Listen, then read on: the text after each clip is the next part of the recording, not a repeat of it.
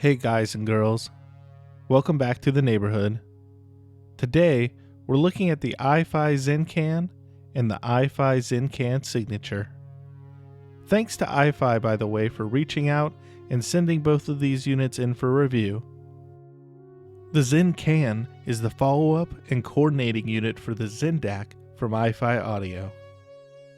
I loved the Zen DAC, and although it was somewhat underpowered, I thought it stacked up well as both an introductory amplifier and a sustainable DAC from which a person could continue to build a system around. So what do I think of the more powerful Zen Can amplifier and its cousin, the Zen Can signature? Is one of these units the one to expand your Zen with? Well, let's get into it.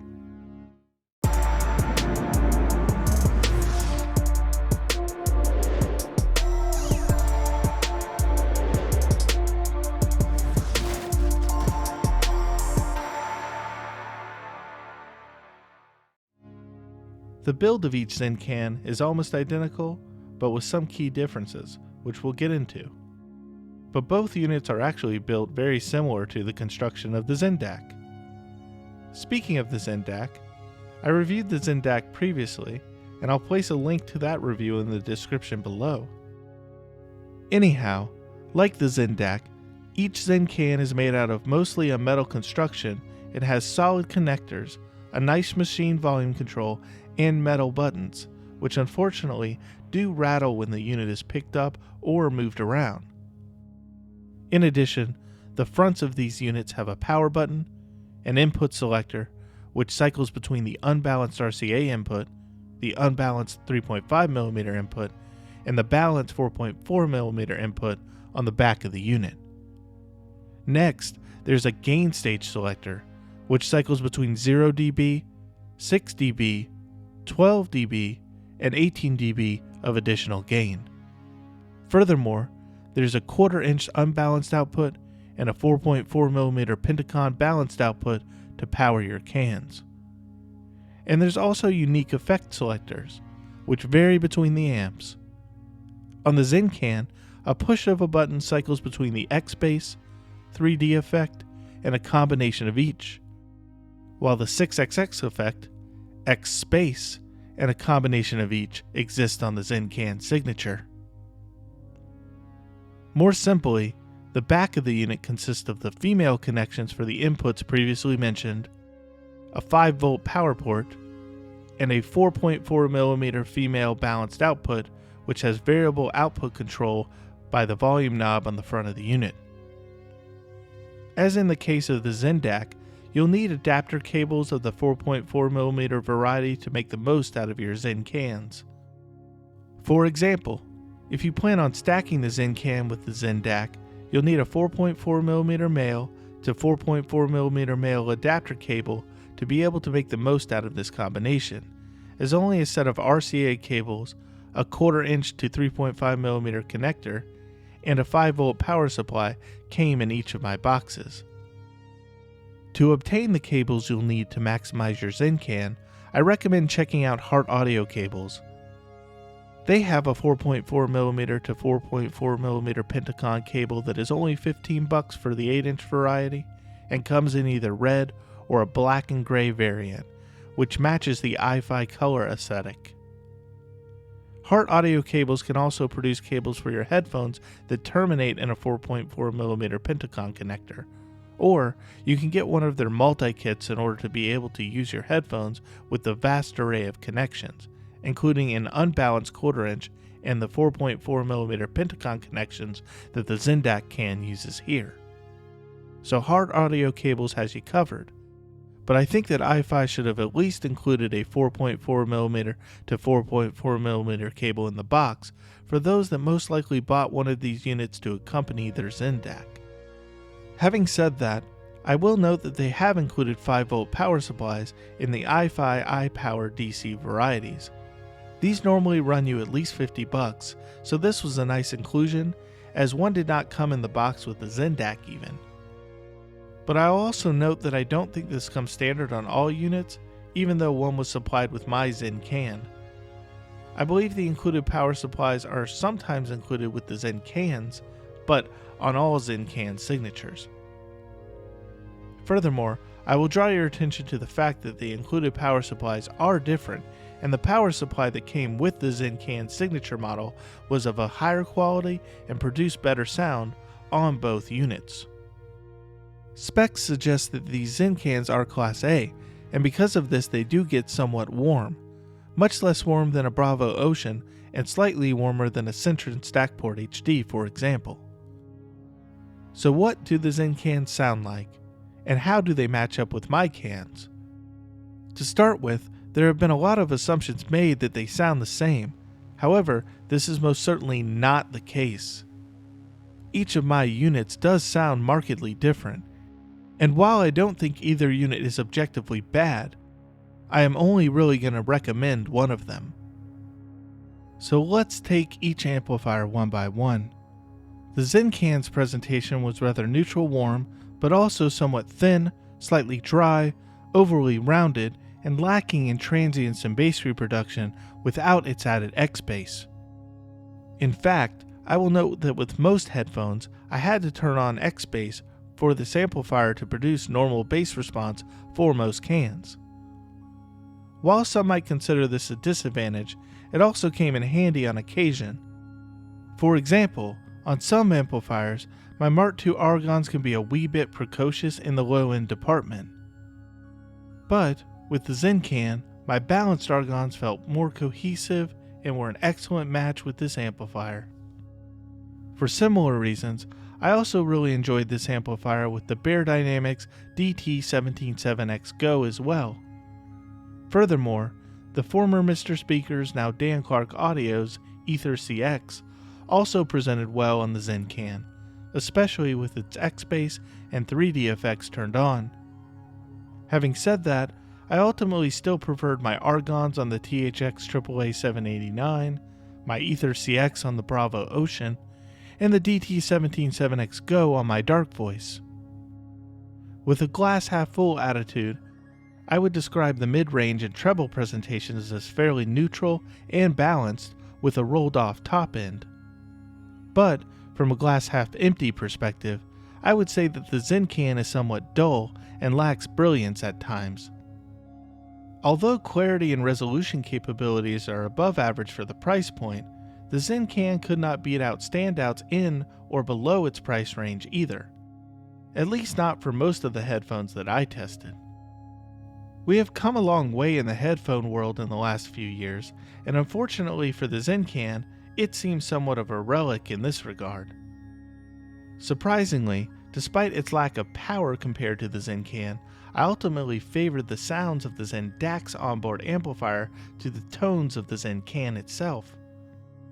The iFi Zen HE4XX, AKG K7XX, and HD6XX from Sennheiser each showed greater separation, layering, and clarity with the Zen DAX onboard amplifier compared to the Zen Can.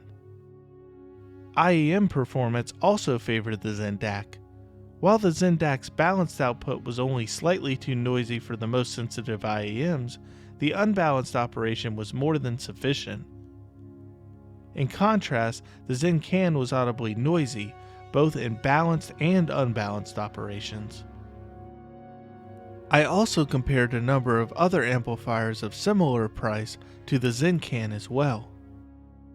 In comparison, the Bravo Ocean was most like the iFi here, but ultimately offered more bottom-end performance, better transients, and enhanced musicality.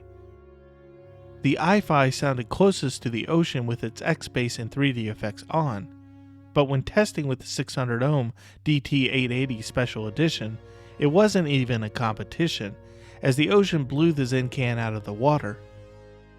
The Zen Can was ultimately incapable of driving the 600 ohm headphone to its fullest potential. Instead, it sounded thin, without body, lacking liquidity on the Zen Can, no matter the settings or type of operation. While the Zen Can could push the DT80 to sufficient volume, it ultimately didn't sound any good. In contrast, with the Bravo Ocean, I barely had to turn the volume knob up to get warm, luscious, smooth tones from the 600 ohm DT880s. Additionally, when using the balanced connection on the Loxg P20, it also bested the Zen Can for both IEMs and headphones alike. While I don't recommend using the P20's unbalanced output due to noise issues, its balanced operation produced little to no noise with sensitive IEMs, while the iFi struggled in this regard. The Sennheiser HD6XX also sounded astronomically better on the P20 than it did on the Zen Can, even with iFi's X-Bass or 3D tuning modes enabled. I'd like to point out that given the price of the Zen Can, you could buy both the P20 and the Bravo Ocean for your Zen DAC. Hook the P20 up via balanced output and the Ocean up via single-ended output and have much better overall experiences for similar or less money. I'll place links to reviews of the Bravo Ocean and the Loxg P20 in the description below. But what about the Signature model? According to iFi, the Signature is constructed of higher quality components, and it shows.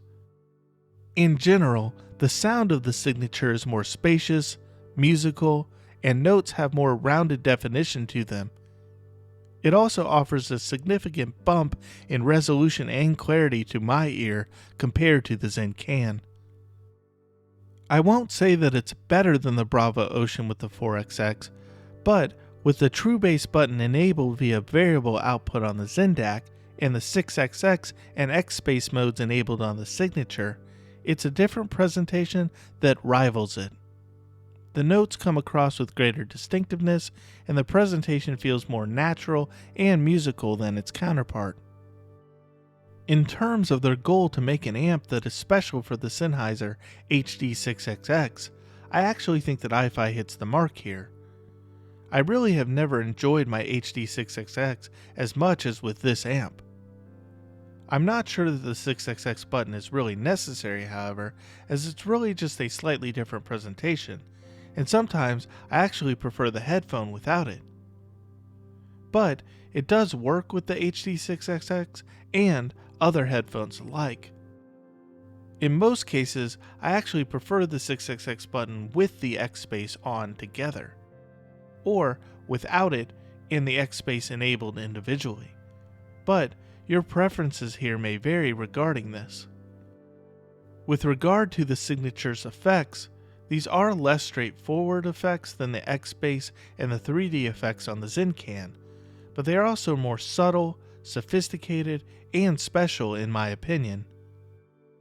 With the 6XX effect specifically, the sound field feels more spacious, the low end is perfect, and imaging is enhanced.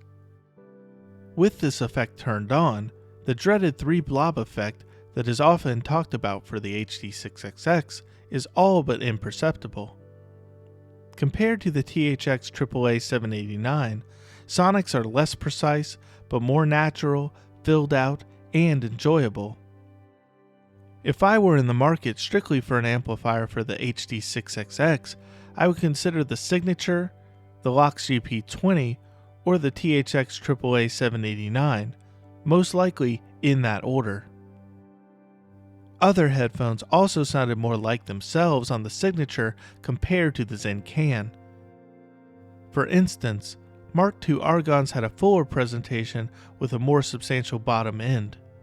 The Deva sounded more liquid, and the Aeon Open X had greater definition in its notes. And while the Signature struggled less with the DT880 600 ohm variant from a tonal perspective, like the non-Signature Zen Can, it still struggled from a power standpoint to drive this headphone to its peak levels of performance. Unlike the Zen Can, however, it was possible to use sensitive IEMs for unbalanced and balanced operations with the Zen Can Signature, which was suggestive of a cleaner signal in general. I was actually pleasantly surprised that I enjoyed this experience in comparison to the non-Signature Zen Can, which was too noisy to be used effectively with IEMs. I tested the KZ ZSX, Shozi Neo CP, Shozi Rouge, and KZ ZSN Pro X. And in each case, the Zen Can signature performed well without any interference really. Further, I only detected hiss if I turned up the volume to unlistenable levels. On a side note, I also felt that I could dial in the low end better on the signatures modes in combination with the Zen DAC's true bass switch, compared to the Zen Can's modes in combination with the Zen DAC switch. I just wish that the true bass in the Zen DAC wasn't restricted to only output in variable operation. So let's wrap things up with the iFi Zen Can to start. In my estimation, what is it and what does it represent in the modern audiophile landscape? Simply put, it's an option. Is it an option that I would pick or believe adds value to a setup over other offerings in a similar price range? No, not really. In fact, I actually prefer the Zen DAC's integrated amplifier to the Zen Can in most circumstances. But is the Zen Can a bad amplifier? No, far from it, but I wouldn't call it exceptional for its price either. For comparable amounts of cash, if you are willing to match other amplifiers to your particular headphones, in most cases I would recommend a different amp to this one. It might even cost you less money in the end. And, in terms of the Zen Can, the simple fact remains that out of all of my headphones, I never preferred the Zen Can to one of my other amplifiers, even if it did come close on performance on occasion here or there. Nevertheless, if you're in the market for an amplifier that matches the aesthetics of the Zen DAC, which produces a neutral warm, mostly clean and somewhat powerful signal, at least in most cases, well, I wouldn't argue with you if you made the choice to purchase the Zen Can either. One might also consider purchasing the Zen Can if they have a set of headphones which lean towards a bloom or a boom in the low end, as its leaner presentation may suit this type of can particularly well. However, the Zen Can ultimately won't get my recommendation because the Zen Can signature also exists. The Zen Can signature sounds significantly better, and it offers more unique sonic filters and achieves its ultimate goal of playing extremely well with its signature headphone, the Sennheiser HD6XX. So if you're looking to re-energize your 6XX, or for an amplifier to match the build and not necessarily the paint job of the Zen DAC, then I would most certainly recommend spending the extra money on this amplifier instead.